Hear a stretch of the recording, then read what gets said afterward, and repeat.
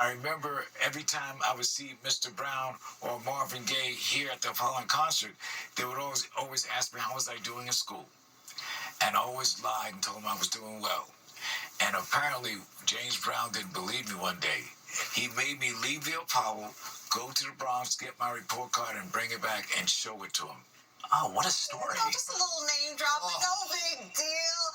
I mean, the best of name dropping. For 90 years, the Apollo Theater has been the beating heart of Harlem, a beacon of African-American artistry. It is a place where legends are born and history is made. Here we go. And if you're lucky, if you're very lucky, you get to experience the Apollo Theater as a patron. Now, the man you just saw has witnessed about all of it. Joel Gargiulo is here with us because you actually got a chance to sit down and talk to him. Oh, he's one of my favorite people. This is Billy Mitchell, Mr. Apollo, known to many. And not only has he had a front row seat to the Apollo Theater's history, he is part of its history. And it all started back in 1965 when a simple errand would lead him to the stage door of the Apollo. And that chance encounter blossomed into a lifelong love affair with the iconic venue. If the walls of the Apollo Theater could talk, they'd likely opt to sing. Stories of stardom, culture, community, and soul. When it's cold outside. Since they don't, he does. I've got the mother maid. He being Billy Mitchell, Mr. Apollo. How about that, Joel? I mean, we go way back, so you know part of my journey, and it's so good to see you again. That journey to becoming the Apollo Theater's historian is one you could say happened by accident. My mother was born in Harlem in 1923. One day she sends me to Harlem from the Bronx, and I'm standing there, and this old guy comes out. He says, "We want to make some money." He said, "I just want you to go to the store for some people that are inside rehearsing for a big concert." Those people were the Temptations, Marvin Gaye and Stevie Wonder. Since then, he's worn pretty much every hat there is. From errand boy to usher to gift shop manager to co-producing Amateur Night. I worked in the marketing department. That's why people call me Mr. Apollo. Billy takes so much pride in guiding visitors through the theater's past. When I do tours here, I ask that they not sit in the front row. The front row is Ella Fitzgerald, Johnny Cash, Duke Ellington, Miles Davis, Marvin Gaye, Luther Vandross, Michael Jackson, Prince. I feel their spirit in this building. When you think about the Apollo Theater throughout the decades, what have been the moments that have defined it? When the Apollo started doing Amateur Night, the Apollo, the first young girl to win Amateur Night was Ella Fitzgerald. History everywhere. Yeah, everywhere. Everywhere. That I've been a part of. When I say the Jackson 5, what's the first thing that pops into your mind? I saw them when they first did Amateur Night. They were called the Jackson Brothers. I had never seen kids that talented. Throughout segregation, the civil rights movement, and into the 21st century, the Apollo has remained a symbol of African-American artistry and excellence. The accomplishment that African Americans have made in this theater, it surpassed everyone because there was a time we weren't even allowed to come in the building. And I'm thinking to myself, my God, you have been so blessed to be a part of this incredible institution. Out of everybody that could have been here, it's me, one of 14 children who was in foster care as a young kid. This is everything to me. This is my purpose, making sure that the true history of the Apollo Theater is preserved and told to the public. And with Billy, Mr. Apollo Mitchell, as its storyteller, the Apollo's legacy is in good hands. I love it. I love it. I love it. I love it. Did I tell you were going to fall in love? Yes. Or What a what? We sure did. I He mean- is such an inspiration. Yeah, he's watching right now. So hi, Billy. Hi, Mr. Apollo. Incredible. And you know that clip that we showed in the beginning where he was talking about Marvin Gaye? So Marvin Gaye and James Brown, they actually paid for him to go to business school, right? So he would come back, and every time they were there, they would say, "Let me see your report card. Let me see your report card." And when he got those good grades, and then that went.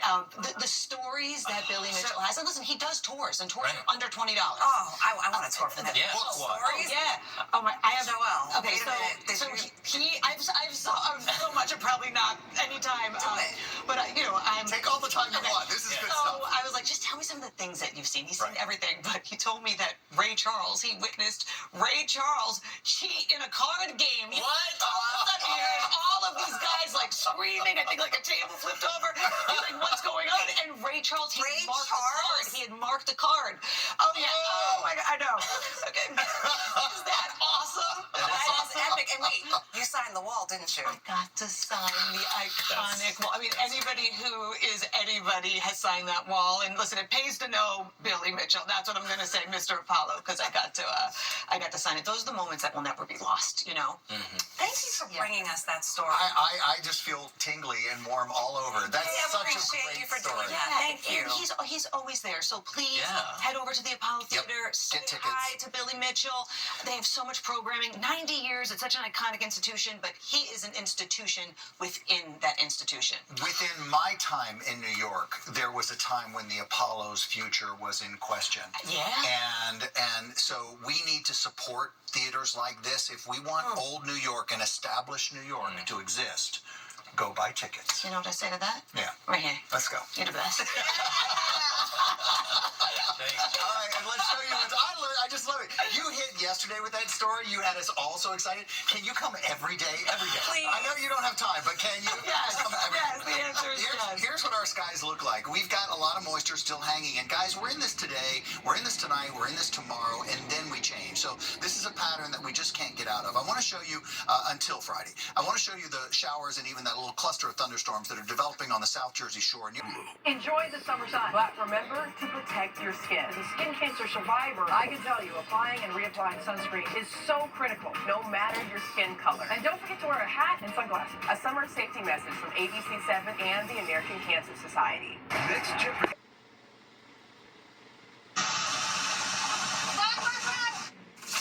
It is what they call a hydrothermal explosion, and it sent visitors at Yellowstone National Park running for safety yesterday afternoon. It happened about 2 miles from the park's biggest attraction, the Old Faithful Geyser.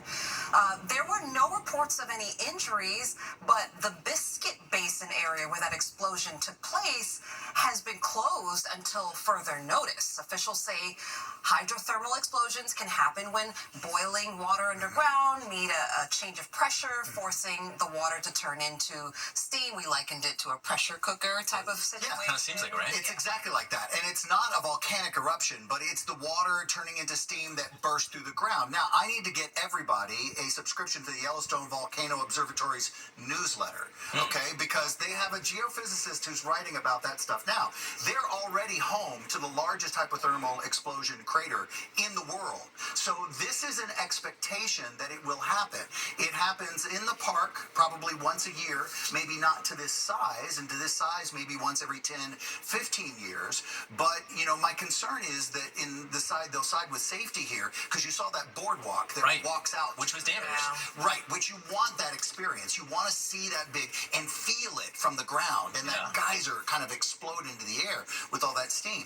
But because that has expanded so large now, my concern is that maybe they'll, for safety, back up the walkway and you won't get down into it. But it was dangerous for the people who were there. There's no doubt about that. But it is to be expected, and it is why we go to see this power of nature. Right. So would you rather have a crazy geyser or a big whale knock over your boat? 'Cause let me show you what happened. Yeah, so let's, This is an incredible video. It was a humpback whale